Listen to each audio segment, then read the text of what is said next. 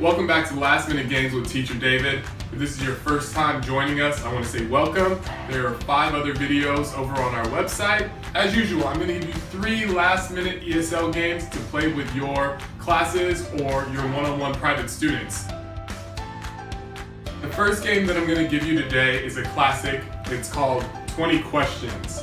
Usually you play this game one-on-one with someone. It's a great game for dating and getting to know someone. So you're going to want to switch back and forth with who has the answer and who asks the questions. Anyways, you can do this either you as the teacher in front of the class and the class gets a total of 20 questions, or you can partner up your students and they have to ask each other 20 questions. Usually you try and use a noun. The goal is this. I'm thinking of a word. The word is car. I'm thinking of car in my head, but I don't say it. You ask me 20 questions and try and figure out what that word is. Sarah. Is it big?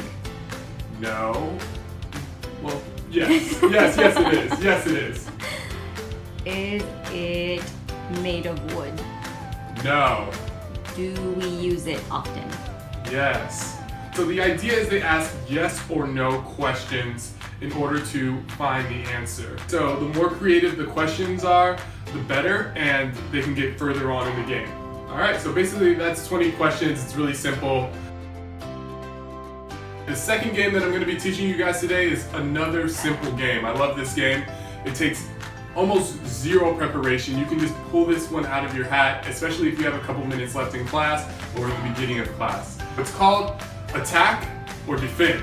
Okay, so I have my students say attack, defend, so that they know what the words mean, especially if they're younger students. You split the class into 2 teams. Okay, you've got the red team and the black team, or blue, whatever color markers you have. 2 students come up and they can go rock, paper, scissors. The winner asks a question. And then after they play, the winner gets to go first, okay? And so I give them the dice and I say, before you roll the dice, Billy, attack or defend. If Billy says attack, then he rolls the dice and he rolls 2. I bye-bye 2 circles from the other team. If you can get rid of all the circles on the other team, your team gets 1 big star.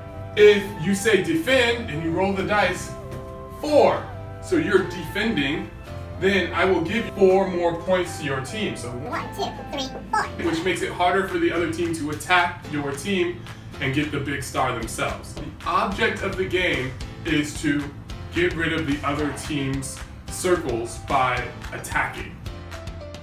The third and final game for today is called Kill, Rock, Paper, Scissors, or Doctor. As you can see here, I've drawn a diagram of the classroom. We've got 1, 2, 3 rows of students. So we've got 1, 2 students. This is Billy. 3, 4, 5 students on this side and 5 students on this side. Here's how the game works. 2 students, as usual. Rock, paper, scissors. The loser asks the question. The winner gets to go first now. Let's say the winner is Billy. Billy stands up and he chooses one of the 3 options that he wants to do. If Billy says kill, then teacher David says, okay, who do you want to kill, Billy? Okay, or you can say bye-bye instead of saying kill if you want to make it more PG. So who do you want to bye-bye, Billy? Bye-bye, Susie. All right, Susie, sorry, bye-bye. So, one person is gone from their team. Now it's the other student's turn, the person who originally asked the question to Billy. Okay, and they can choose to kill. They can say, kill Billy and bye-bye Billy.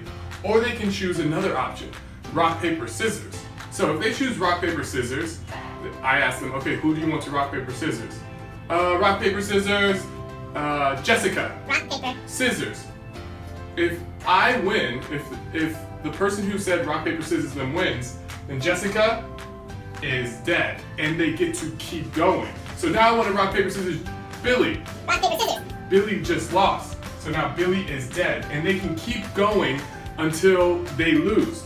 But when they lose, then they are dead themselves. So it's kind of like a kamikaze. It's like they can do 1, 2, 3, 4. They can take out the whole class with rock, paper, scissors. But it's kind of a suicide mission.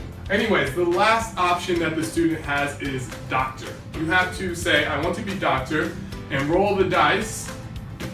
And if you roll 2, 4, or 6, then you can bring someone back to life.